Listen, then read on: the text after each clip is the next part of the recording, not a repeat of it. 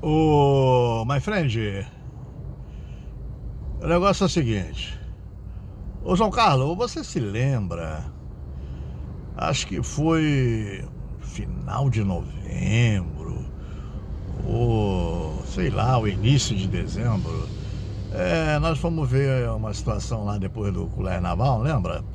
E aí você viu um amigo teu, Valentino lá, um velhinho, coitado, porra, acabadinho, sol quente do cacete lá, de camisa da seleção brasileira e com a bandeira do Brasil. Aí você falou assim, pô, dá uma paradinha aí. Pô, aquele cara é meu chapa pra cacete, esse cara tá aí, nem um bobão. Aí ele foi lá, o cara, tudo bem, João Luiz e tal. E aí foi assim, né? Começou a conversar, não, nós estamos esperando aqui para ver se eles apresentam o código-fonte, porque se eles não apresentaram o código-fonte, nós vamos impedir a posse do Lula e babamá, mamamá. Aí ele falou assim, mas vem cá, você quer o código-fonte? Eu te dou agora. Aí ele chegou para mim, ô Marcon, entra aí no código-fonte. Aí eu fui lá, entrei no código-fonte, né? Tá aqui. Aí ele mostrou, tá aqui, ó, tudo aqui, o código-fonte para todo mundo. Todo mundo vê. Então, são certas coisas que são incompreensíveis, né? Incompreensíveis. Mas vejamos uma coisa. Essa turma aí, principalmente essa mídia, a mídia, a extra-mídia, né? A não oficializada, aí bota aquele título, vai ser preso agora e tal. Não vai ser preso agora, porque todo crime que não cuja autoria não é efetuada em flagrante delito, não existe isso. Aquilo que fizeram com Lula lá em São Paulo, aquele juiz ladrão, pilantra, safado, que mandou prendê-lo para ele ser ouvido, porque condução coercitiva é prisão. Ele está preso ali, não tem jeito, ele não pode se negar a depor. Tá entendendo? Ele fez isso com ele. Um absurdo aquilo. Quando eu vi aquilo, eu falei, porra, qual foi o crime que esse cara praticou para ser preso assim? Não é? Porque crime de corrupção tem que ter flagrante. Não é verdade? Para ser preso no ato tem que ser flagrante. Se é uma corrupção que vai ser apurada, vai ser verificada, aí só depois de condenado e transitado e julgado. Então esse caso de hoje, que foi na Vivenda das Pedras e lá na mansão de Angra dos Reis, ali só serve para mostrar a exteriorização de riqueza. Esse cara, esse tal de Carlos Bolsonaro e os seus irmãos, né? Mais a Rogéria, a sua mãe, e o seu pai, moravam numa casa simples em Bento Ribeiro. Ele conseguiu comprar aquela casa financiada em Bento Ribeiro, né? Depois que ele foi para deputado, ele se mudou para um apartamento, né, no Grajaú. Não é verdade? Depois ele arrumou outra mulher e comprou as mansões da Vivenda da Barra. Um vereador tem condições de ter uma mansão em Vivenda da Barra e manter, e lá atrás um condomínio já era 4 mil, fora o IPTU, que era uma fortuna, só serve para exteriorizar a riqueza. Mas se for perguntar alguma coisa, não, meu pai me deu dinheiro e eu comprei. Mas meu pai tem dinheiro da onde? Das rachadinhas, né?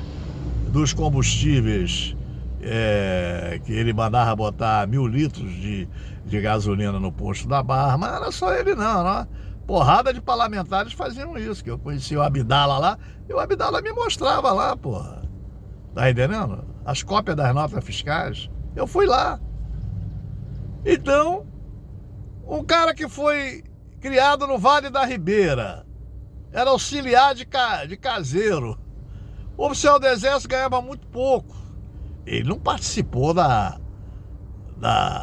do doicode, da ditadura, onde os empresários davam dinheiros para os componentes do doicode, né? Que nem aquele capitão que teve, o sargento teve a bomba que explodiu no seu colo e dava com Puma, não tinha condição no capitão naquela época ter um Puma, né? A não ser se fosse de família rica, né? Mas não era um cara simples. Então isso serviu para exteriorizar a bandidagem, a grana que eles levavam, né, de rachadinhas e de outras coisas mais. Fora as mansões em Brasília de 12, 15, 20, 9 milhões, as casas na Califórnia, imagina, isso aí não tem dúvida. Depois o Lula que é ladrão, né? Lula é ladrão, é isso aí. Então serve para ir. Agora prisão, não contem com isso. Isso está na fase investigativa, tá entendendo? Agora é para mostrar que com Lula foi prisão.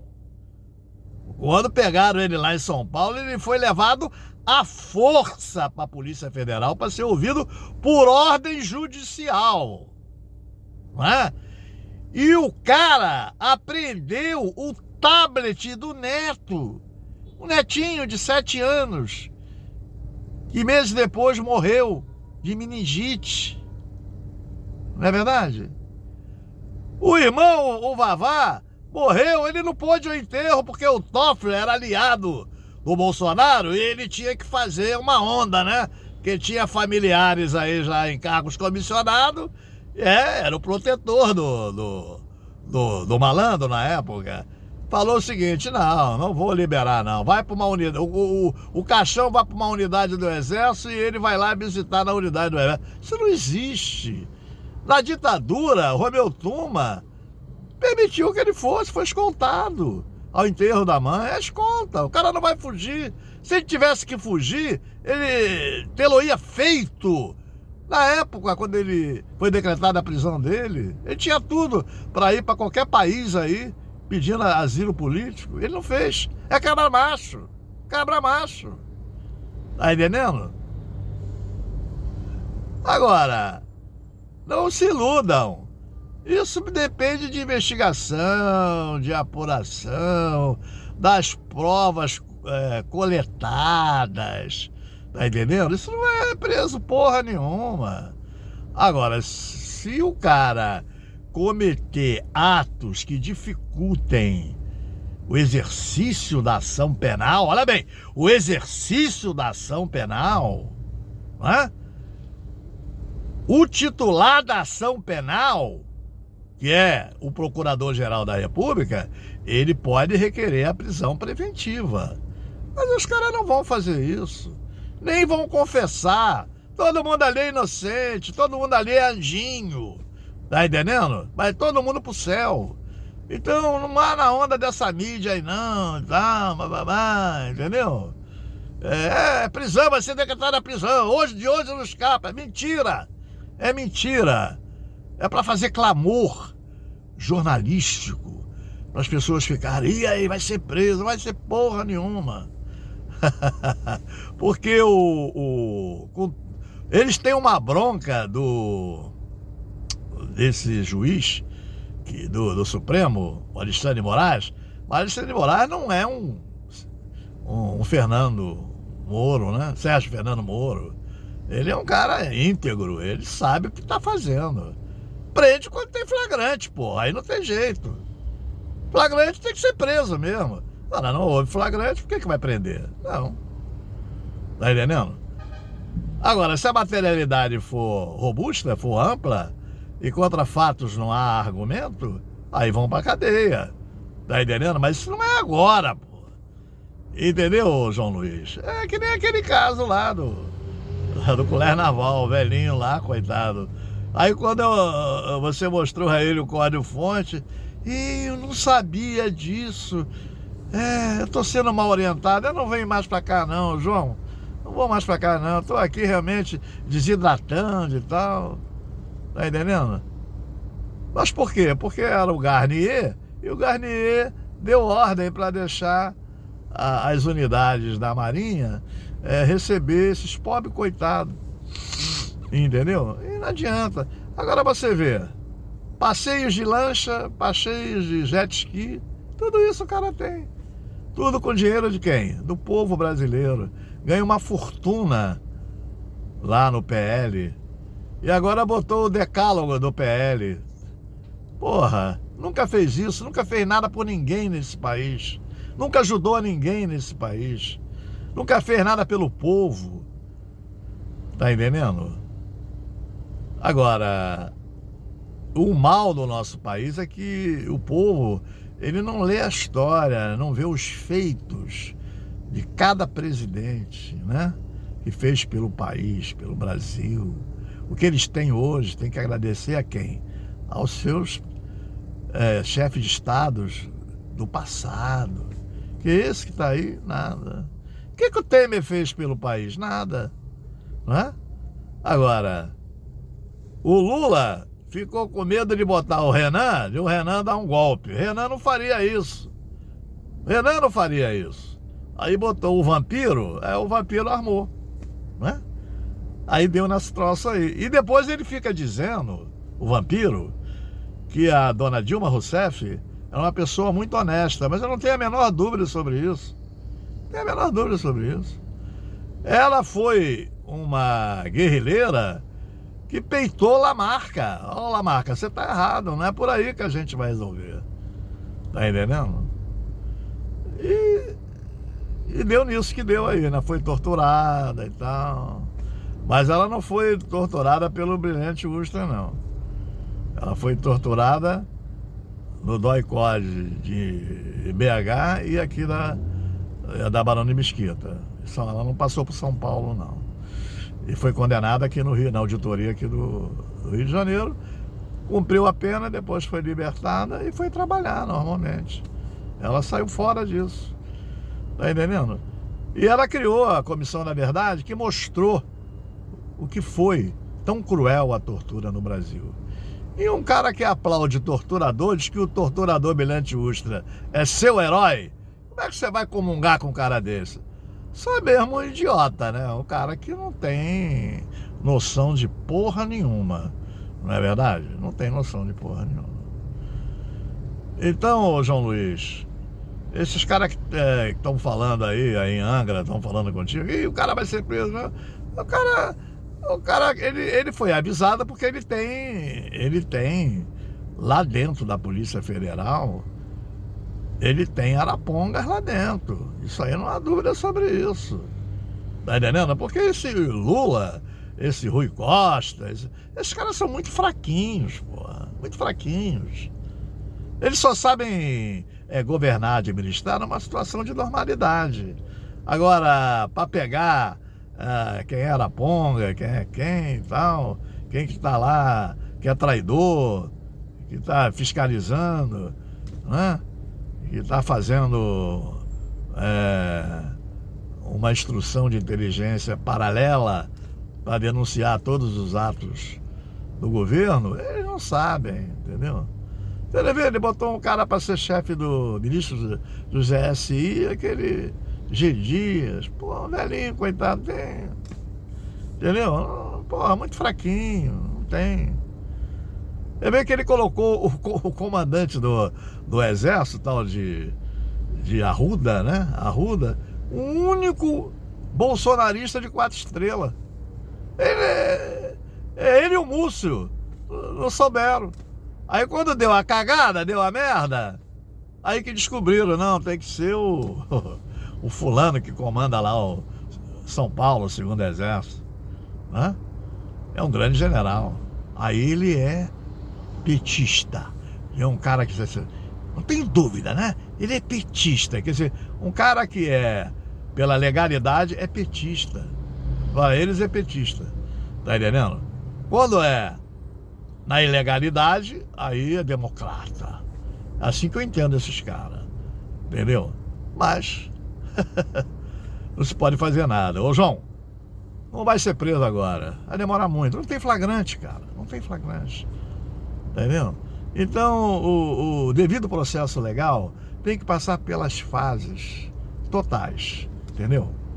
Agora, o caso da vacinação e o roubo das joias já era para ele ter sido denunciado, né? Porque as provas estão ali e até hoje não foi. O 8 de janeiro eles estão fazendo um serial de provas, tudo bem. Sobre o genocídio do Yanomami, tem que apurar mais coisas. Tudo bem. Mas esses dois casos aí já eram para ter sido apurados. Não sei por que estão em banho-maria, né? Como se diz, né?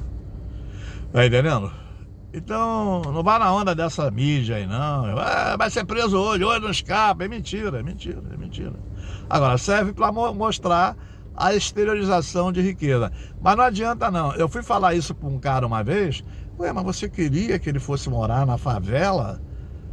Eu falei assim, não, na favela não, mas ele morava humildemente com a família e os 3 filhos em Bento Ribeiro. De repente o cara foi enriquecendo, comprando imóveis, imóveis em Brasília para matar o gado, apartamento no Grajaú, depois separou da mulher, ficou com comprou outro apartamento, aí depois conseguiu uma grana na caixa de sapato, comprou a Vivenda da Barra, e depois foi comprando mais caro a Vivenda da Barra. Outra coisa, a exteriorização de riqueza é meio complicado, porque o cara pode vender uma fazenda para mim ou uma mansão em Brasília, no Lago Azul, que vale 15, 20 milhões, ele pode me vender por 200 mil reais. É claro que eu vou pagar o IPTU no valor de 15, 20 milhões. Mas se o cara quiser me vender por 200 mil reais, não tem como você comprovar que houve ali enriquecimento ilícito, né? Esterilização de riqueza. Mas, vou dizer mais uma vez, né? Os fatos, o domínio dos fatos, em qualquer país do mundo ele seria condenado. Mas aqui no Brasil não. Eu só vi o cara ser condenado aqui no Brasil pelo domínio dos fatos, sabe quando? No Mensalão. No Mensalão eles foram condenados pelo domínio do fato. Isso foi criado pelo Joaquim Barbosa, entendeu? Botou muita gente na cadeia. Não é verdade? Então é isso, João. Não vai na onda desses caras, não. Não vai ter prisão nem tão cedo. Perca tempo e tá ouvindo besteira, não. Valeu, my friend. Um abraço.